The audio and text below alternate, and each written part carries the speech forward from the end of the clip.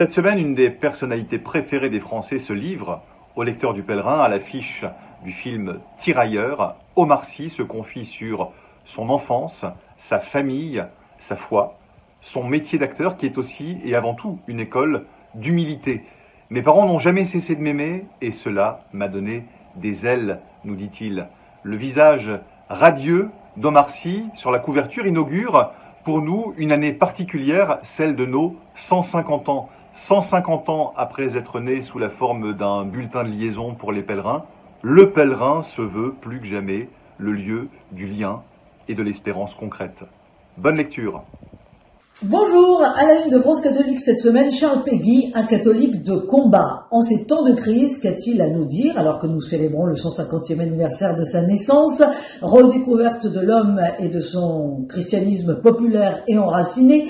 Quelle postérité a-t-il laissé chez les intellectuels de droite comme de gauche, sans éviter bien sûr les controverses? À lire également dans France Catholique l'interview du cardinal Raymond Burke, membre de la Congrégation pour les causes des saints.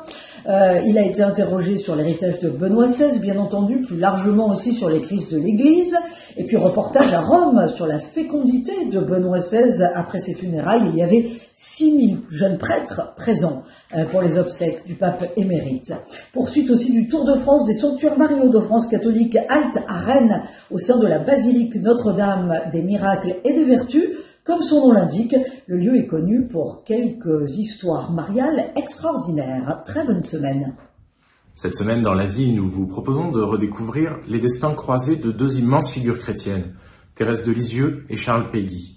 Ils sont nés tous les deux à quelques jours d'écart il y a juste 150 ans, et si tout semble en apparence opposer l'écrivain socialiste à la religieuse entrée au couvent à 15 ans, eh bien, l'examen de leur vie montre à quel point ils incarnent peut-être mystérieusement deux faces d'une même médaille d'un engagement chrétien radical. Leurs points communs sont nombreux, nous vous invitons à les découvrir cette semaine dans La Vie. Un numéro dans lequel vous pourrez aussi retrouver un reportage au Royaume-Uni entre crise sociale, instabilité politique, comment vont nos voisins d'outre-Manche. C'est un reportage que vous pouvez lire sur notre site internet dès maintenant et bien sûr dans le numéro que vous pouvez retrouver en kiosque. Bonjour.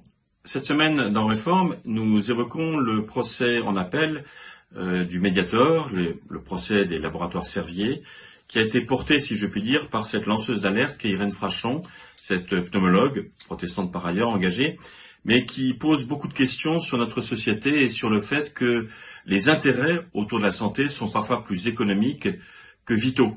Et il y a eu des centaines de morts et le procès va essayer de montrer ce qui a été fait, ce qui n'a surtout pas été fait, et c'est une question essentielle pour notre société.